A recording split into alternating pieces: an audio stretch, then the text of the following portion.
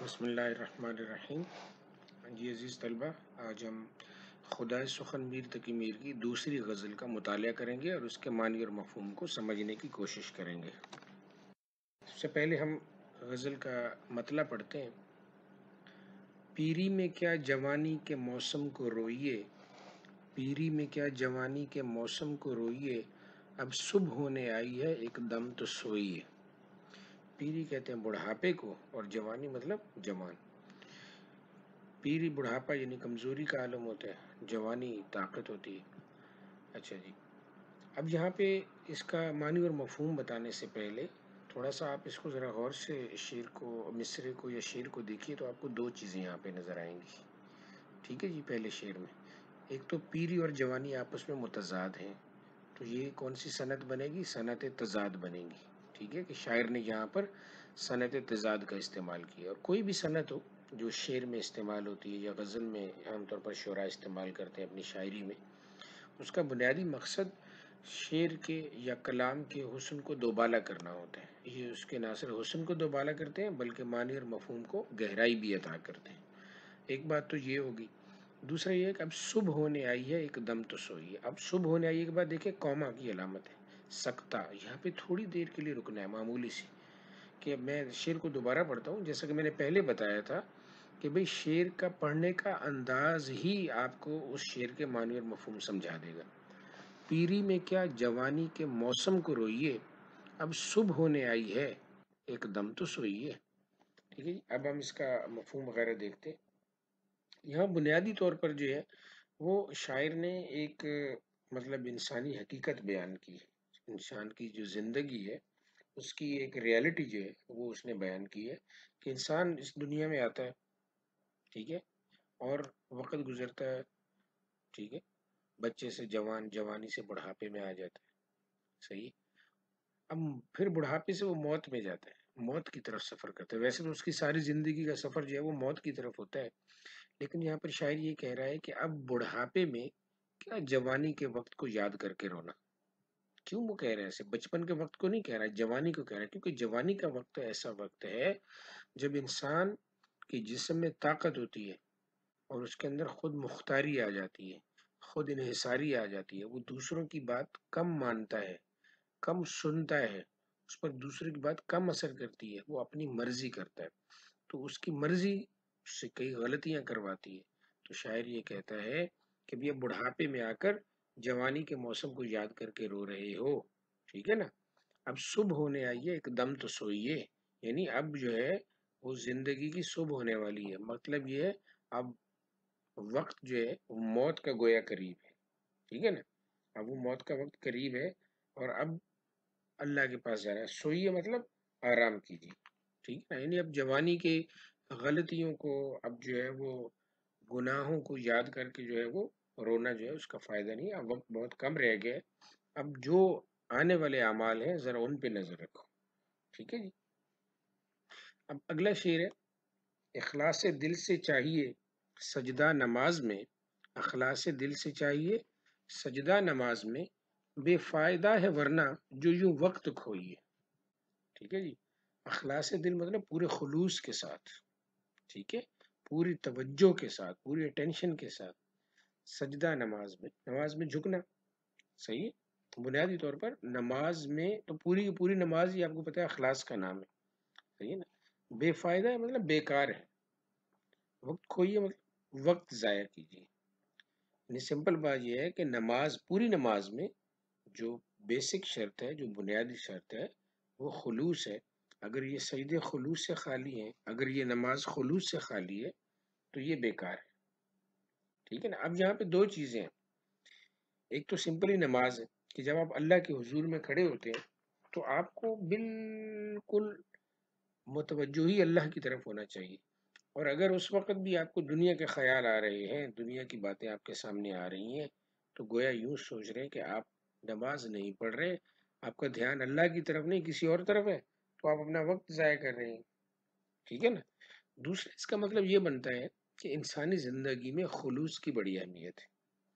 آپ جہاں بھی ہوں، جس جگہ پہ ہوں، ٹھیک ہے، کام کر رہے ہوں، ملازم ہوں، کاروبار کر رہے ہوں، آپ کو خلوص کو مد نظر رکھنا ہے، اپنی سچائی کو، اخلاص کو مد نظر رکھنا ہے، ٹھیک ہے؟ اگر آپ اخلاص کو مد نظر نہیں رکھیں گے تو گویا اگر آپ اخلاص کو مد نظر رکھیں گے نا، آپ کا کوئی بھی کام ہے وہ عبادت بن جائے گا، ٹھیک ہے نا؟ اور اگر ہم اخلاص کو مد نظر نہیں رکھیں گے تو گویا آپ کے دل کے اندر منافقت آ گئی ہے۔ اب آ جائیے تیسرے شعر پہ، کس طور آنسوؤں میں نہاتے ہیں غم کشاں، کس طور آنسوؤں میں نہاتے ہیں غم کشاں، اس آب گرم میں تو نہ انگلی ڈبوئیے۔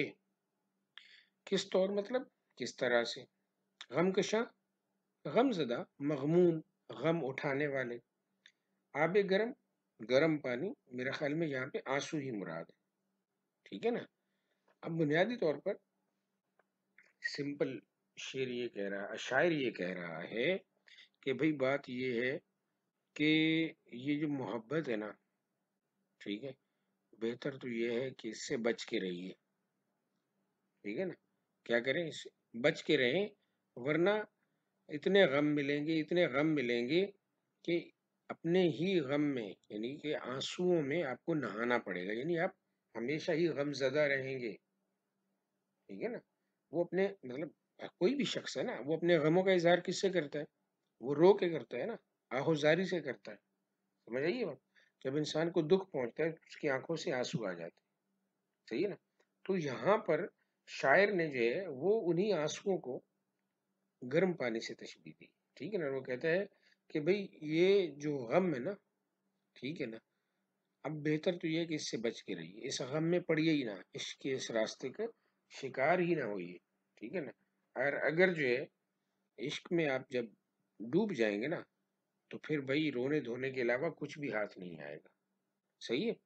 اور یہ عام طور پر جو ہے یہ غم جو ہے وہ محبوب کا ہی غم ہے، صحیح ہو گیا؟ اب آ جائیے اگلے شعر پر، یہ میں ذرا آپ کو آسان مفہوم بتا رہا ہوں، ورنہ جب اس کی گہرائی میں جائیے تو بہت زیادہ اس کی ایکسپلینیشن جو ہے وہ بن جائے گی، ٹھیک ہے جی؟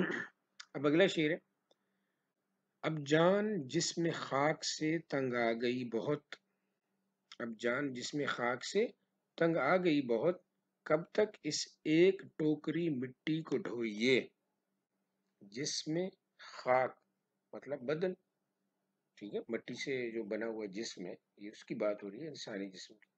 ڈھوئیے مطلب ڈھونا، اٹھا کر لانا کسی چیز کو یا لے جانا، صحیح ہے؟ تو یہ اس معنوں میں آ گیا۔ تو سمپلی بات جو ہے وہ یہ کہہ رہا ہے کہ اس جسم، اس بدن کے اندر ہماری جان جو ہے وہ بہت تنگ ہے، صحیح ہے نا؟ یعنی ہم اتنے غم زدہ ہیں، اتنے غموں بھری ہم نے زندگی گزاری ہے، اتنے غم ملے ہیں، غم زمانہ بھی ملے ہیں، غم جانا بھی ملے ہیں، صحیح ہے نا؟ جیسے کہ ہم نے پہلے پڑھا ہے کہ میر جو ہے وہ قنوتی یا یاسیت کے شاعر ہیں، غم زدہ شاعر ہیں، غم ان کی شاعری میں زیادہ ہے، تو انہی اشعار سے ہمیں نظر بھی آ رہا ہے کہ ہمارا جو جان ہے نا، جان وہ اس جسم کے پنجرے میں بہت تنگ آئی ہوئی ہے، مطلب یہ کہ چونکہ جسم ہی ساری مشقت کرتا ہے، ہر چیز کو وہ برداشت کرتا ہے، اور اس کو جتنے بھی اثرات ہیں وہ پھر جان پر، روح پر پڑتے ہیں، دل پر پڑتے ہیں، تو وہ کہہ رہا ہے کہ ہماری جان جو ہے وہ اس سے بہت تنگ آئی ہوئی ہے، یعنی ہم اس دنیا کو، اس جسم کو چھوڑنا چاہتے ہیں۔ کب تک جو ہے وہ ہم اس کو، یعنی ٹوکری مٹی کو، یعنی انسان کو اللہ نے مٹی سے تخلیق کیا ہے نا، تو کب تک ہم اس کو اٹھائے پھریں گے، یعنی زندگی ہم کب تک اسی طرح غموں کے سہارے جو ہے وہ جیتے رہیں گے، صحیح ہے نا؟ تو اب جو ہے وہ ہم تنگ آ گئے ہیں۔ وہ میر درد کا شعر ہے نا، خواجہ میر درد صاحب کا، کہ زندگی ہے یا کوئی طوفان ہے، ہم تو اس جینے کے ہاتھوں مر چلے، گویا وہ یہی بات جو ہے وہ دوسرے انداز میں کہہ رہا ہے شاعر، جو ہمارے میر تقی میر۔ اور اب آخری شعر دیکھیے جو کہ مقطع ہے اس غزل کا، آلودہ اس گلی کے جو ہوں خاک سے تو میر، آب حیات سے بھی نوے پاؤں دھوئیے۔ آلودہ ہو، لتھڑ جائیں، بھر جائیں، یعنی چپک جائے، چاہے خاک، ریت کو کہتے ہیں، مٹی کو کہتے ہیں، ڈسٹ کو کہتے ہیں، کسی معنوں میں آپ لے لیں یہاں پہ۔ آب حیات سے بھی، یعنی یہ وہ پانی ہے جس کے پینے سے انسان کے بارے میں یہ کہا جاتا ہے کہ وہ تا قیامت زندہ رہے گا، ٹھیک ہے؟ وہ مطلب وہاں پاؤں دھوئیے۔ اب آب حیات گرامیٹیکلی یہاں پر یہ تلمیح ہے، اس کے بارے میں کہا جاتا ہے کہ یہ ایک ایسا پانی ہے اس کو جس نے بھی پی لیا گویا وہ قیامت تک زندہ رہے گا۔ اور خضر علیہ السلام کے بارے میں یہ گمان کیا جاتا ہے، یہ کہا جاتا ہے کہ انہوں نے اس پانی کو پیا ہوا ہے اور وہ حیات پیغمبر ہے، واحد پیغمبر ہے جو اس دنیا میں موجود ہے اور وہ لوگوں کی رہنمائی کرتے ہیں۔ ٹھیک ہے جی۔ اچھا جی، اب شاعر یہاں پہ کیا کہتا ہے؟ سمپل مطلب اگر بتایا جائے تو وہ یہ ہے کہ محبوب کی گلی میں اگر میرے پاؤں ریت سے، مٹی سے، ڈس سے آلودہ ہو جائیں، بھر جائیں، تو میں ان کو آب حیات سے بھی نہ دھوں گا۔ ٹھیک ہے، یعنی وہ مجھے ریت اور مٹی اس حد تک عزیز ہے۔ ٹھیک ہے نا۔ اب وہ کیسے مطلب اس کے پاؤں بھریں گے، لتریں گے؟ وہ محبوب کی گلی میں بار بار چکر لگاتا ہے، صحیح، تاکہ محبوب کا کسی طرح سے دیدار ہو جائے، یعنی اس کی بے قراری جو ہے، عشق کی بے قراری اس کو آرام نہیں کرنے دیتی۔ بقول وہی جو ان کا ایک شعر ہے پہلا کہ بار بار اس کے در پہ جاتا ہوں، حالت اب اضطراب کی سی ہے۔ یہ 9 کلاس میں آپ نے میر صاحب کی غزل کا یہ شعر پڑھا ہے۔ تو گویا وہ ان کی عشق کی جو بے قراری ہے ان کو محبوب کی گلی تک لے جاتی ہے۔ وہ کہتے ہیں محبوب کی گلی کے جو بار بار کے لگنے والے چکر ہیں، ٹھیک ہے نا، تو اس کی جو ڈسٹ اڑتی ہے، جو ریت اڑتی ہے، وہ میرے پاؤں پہ پڑتی ہے، ٹھیک ہے نا، تو وہ مجھے بہت زیادہ عزیز ہے۔ اچھا، ایک بات تو یہ ہوگی، دوسری ہے کہ یہ وہی گلی ہے نا جس میں میر صاحب گزرے ہیں، تو اس میں محبوب کا گھر اسی گلی میں ہے، تو محبوب بھی اسی گلی سے گزرتا ہے، تو اس کے پاؤں کے نشان بھی اسی گلی میں۔ تو شاعر کیا کہتا ہے کہ چونکہ میرے محبوب کے پاؤں کے نشان اسی گلی میں ہیں، وہ یہیں کہیں سے گزرتا ہے، تو میرے پاؤں بھی اس کے پاؤں کے نشان پر جو ہے وہ پڑ رہے ہیں۔ تو اب میرے پاؤں کے نشان اس کے پاؤں کے نشان پڑے ہیں، تو جو مٹی میرے پاؤں کو لگ رہی ہے، تو وہ مٹی جو ہے وہ گویا مجھے آب حیات سے بھی زیادہ عزیز ہے، ٹھیک ہے، اس پانی سے بھی زیادہ عزیز ہے جو انسان کو زندگی بخشتا ہے، ٹھیک ہے جی۔ اور یہ جو کتاب جس سے یہ کلام لیا گیا ہے، یہ مولوی عبدالحق صاحب نے مرتب کی ہے اور اس کا نام ہے انتخاب کلام میر۔ اوکے جی، مجھے یقین ہے کہ آپ نے جو ہے وہ اس چینل کو سبسکرائب کیا ہوگا۔ اس ویڈیو کو لائک کیجیے اور اس کو اپنے دوستوں کے ساتھ شیئر کیجیے۔ آپ کا بہت بہت شکریہ۔ اللہ حافظ۔